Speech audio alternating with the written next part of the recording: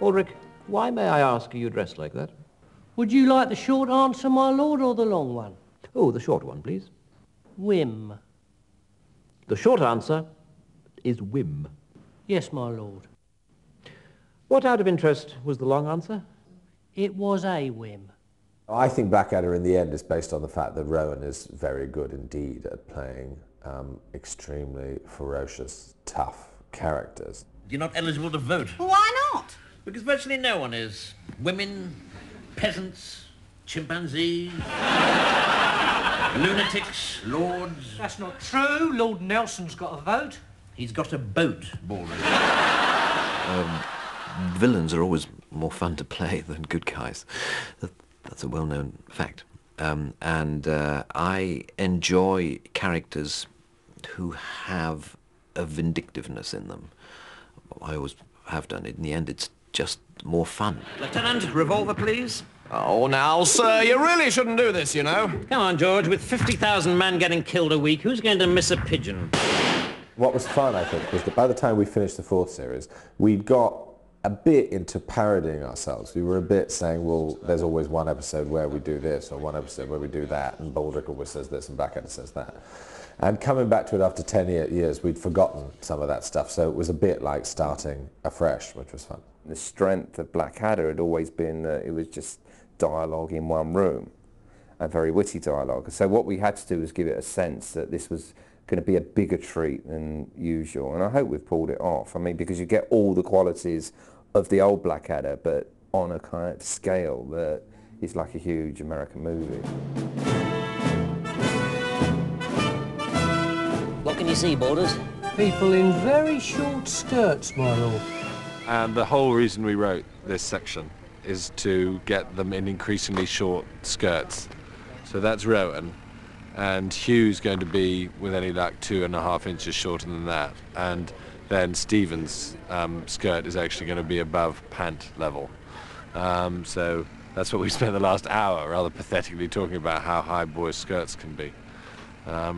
That's the joke from this scene. I think that's it, although Stephen is talking in Latin.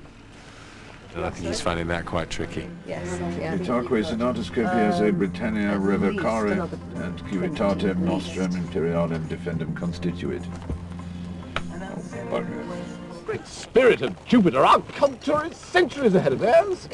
Why, we have toilets and wipe our bottoms with vinegar-soaked sponges. Yes, and they wipe their bottoms with Roman soldiers.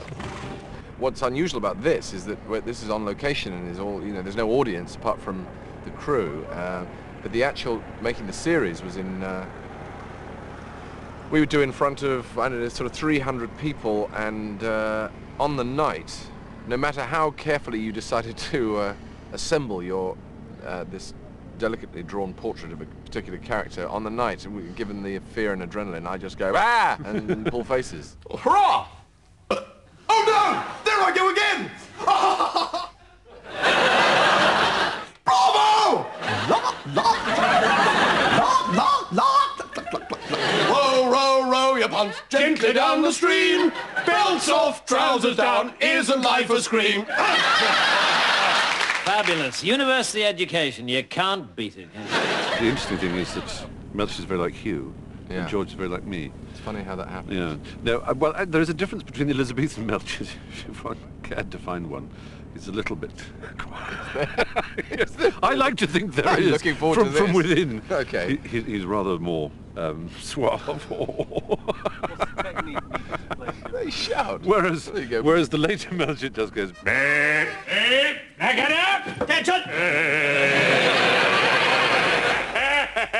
Excellent native Cockney wit. It's called a clever person's board. These are called clever person's boards, and they are for clever people to read. Pay attention, come on. But my news is Rome, on all sides, is being attacked. Passive, you'll notice. But the Emperor does nothing but poison his mother and marry his horse.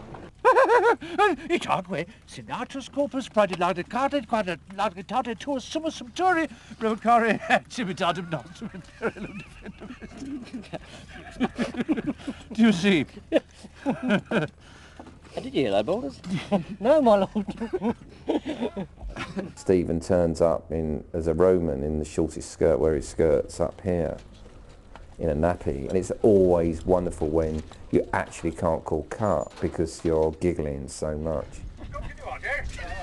After 3 years of sub-zero temperatures, at last a sufficiently warm climate to allow my wedding tackle to descend from my armpit. Right, good century.